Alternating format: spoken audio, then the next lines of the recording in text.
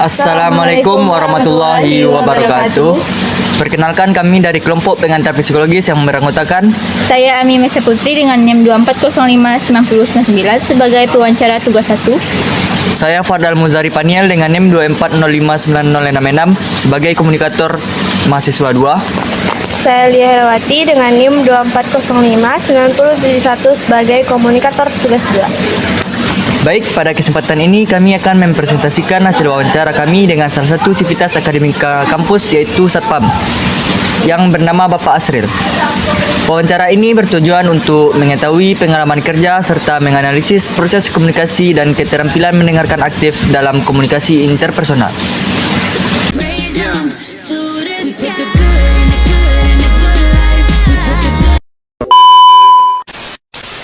Selamat siang Bapak. Ya. Saat ini kami sedang mengerjakan tugas wawancara terkait pengalaman kerja Sitifis Akademik Kampus. Ya. Apakah Bapak berkenan untuk kami wawancari sebentar? Ya, kenal. Nah, sebelumnya, boleh Bapak memperkenalkan diri, nama, dan sudah berapa lama Bapak bekerja di sini sebagai Satpam? Bapak masuk di sini tahun 2012, jadi tahun 2026 itu 14 tahun. 14 tahun ya Bapak.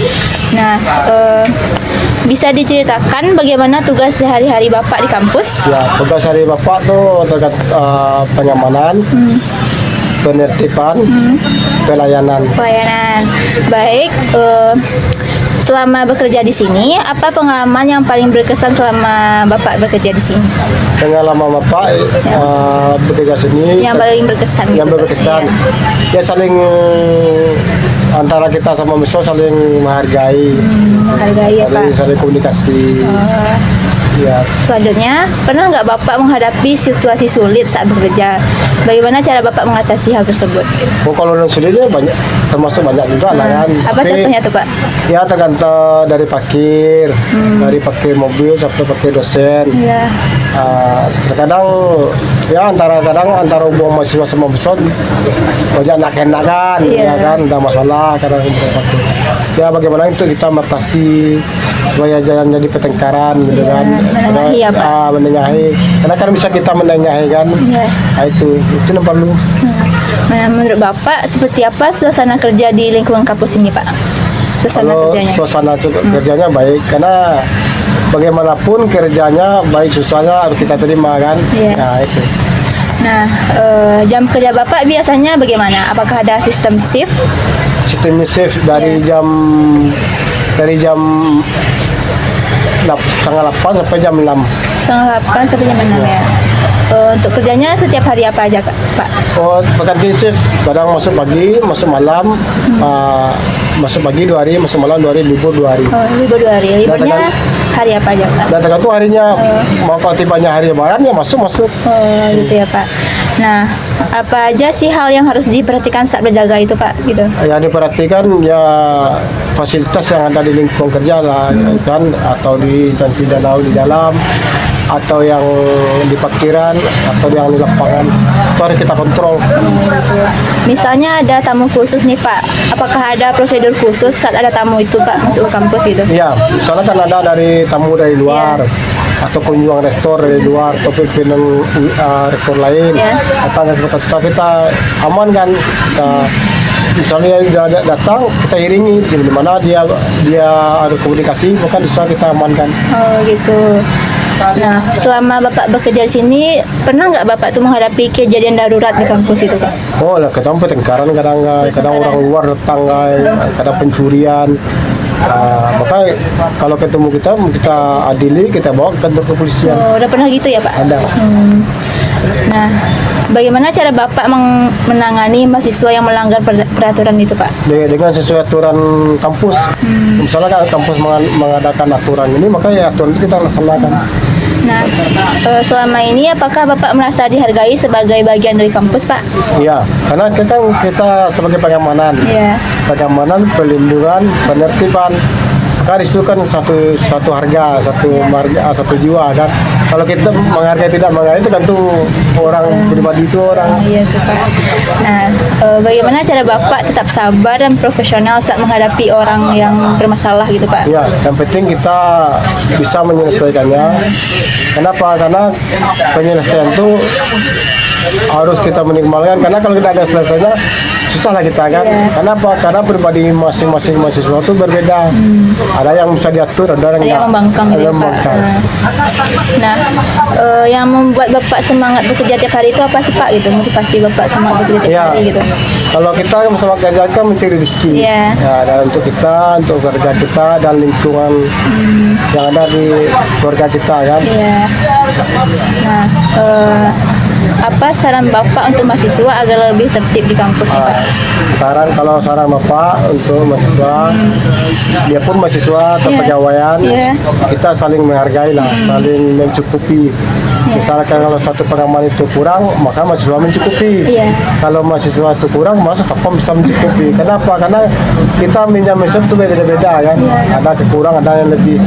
Yang berbeda itu hanya kualitas pendidikan. Ada sama apa beda. Apa satu pengaman ada satu pendidikan. Nah, menurut Bapak apa yang bisa diperbaiki dari lingkungan kampus ini Pak?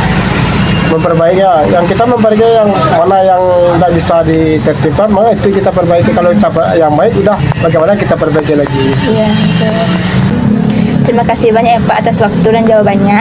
Semoga Bapak sehat selalu dan sukses dalam pekerjaannya. Terima kasih. Wawancara dilakukan dengan Bapak Asril sebagai Satpam yang telah bekerja sejak tahun 2012 hingga sekarang. Tugas utama beliau meliputi pengamanan, penertiban, dan pelayanan di lingkungan kampus. Dalam wawancara, beliau menyampaikan bahwa pengalaman paling berkesan adalah adanya saling menghargai dan komunikasi antara mahasiswa dan Satpam. Beliau juga menjelaskan bahwa situasi sulit yang terjadi antar mahasiswa dan konflik antar mahasiswa yang biasanya beliau atasi dengan baik-baik. Selanjutnya analisis komunikasi yang akan dijelaskan oleh rekan saya, Lia Herawati. Nah, dari wawancara yang sudah kami lakukan tadi, sekarang kami akan masuk ke bagian analisis komunikasi untuk melihat bagaimana proses komunikasi yang tepat yang terjadi. Nah, yang pertama, komunikasi yang terjadi itu adalah komunikasi interpersonal atau komunikasi langsung tatap muka. Jadi, di sini kami dan narasumber saling berinteraksi secara langsung dengan adanya tanya jawab juga. Nah, jadi komunikasinya itu dua arah. Nah, kalau dari segi etika komunikasi, menurut kami itu sudah cukup baik. Kami berusaha menggunakan bahasa yang sopan, tidak memotong pembicaraan, dan tetap menghargai narasumber. Nah, cuman memang masih ada yang bisa diperbaiki, seperti kepercayaan diri saat bertanya, dan cara menyusun pertanyaan agar lebih rapi dan terstruktur. Nah, selama wawancara, ada beberapa hambatan yang kami rasakan. Misalnya, dari awal kami masih agak gugup, terus kondisi lingkungan itu juga agak ramai, jadi sedikit mengganggu fokus dari kami.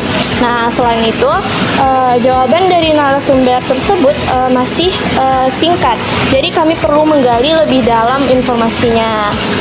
Nah, untuk mengatasi hal tersebut, kami mencoba untuk lebih santai, lalu menggunakan bahasa yang lebih sederhana supaya bisa dipahami. Nah, kami juga berusaha mengulang dan memperjelas pertanyaan. Nah, dan menyesuaikan cara berbicara dengan narasumber supaya suasananya itu lebih nyaman. Nah, kedepannya yang perlu kami perbaiki itu adalah menyusun pertanyaan yang lebih terstruktur dan meningkatkan rasa percaya diri. Terus juga memilih tempat wawancara yang lebih kondusif agar terhindar dari bisingnya bunyi. Jadi, secara keseluruhan, komunikasi yang kami lakukan itu sudah cukup efektif karena informasi yang kami butuhkan bisa didapatkan dan terjadi interaksi dua arah atau timbal balik yang baik. Selanjutnya, kami akan membahas keterampilan mendengarkan aktif selama wawancara. Selama wawancara, kami sudah berusaha untuk fokus mendengarkan narasumber, memahami apa yang disampaikan, dan memberikan respon seperti mengangguk atau tanggapan singkat. Tapi, ada juga hambatan yang kami rasakan, seperti kurang fokus di awal karena gugup, dan kadang masih kepikiran tentang pertanyaan berikutnya.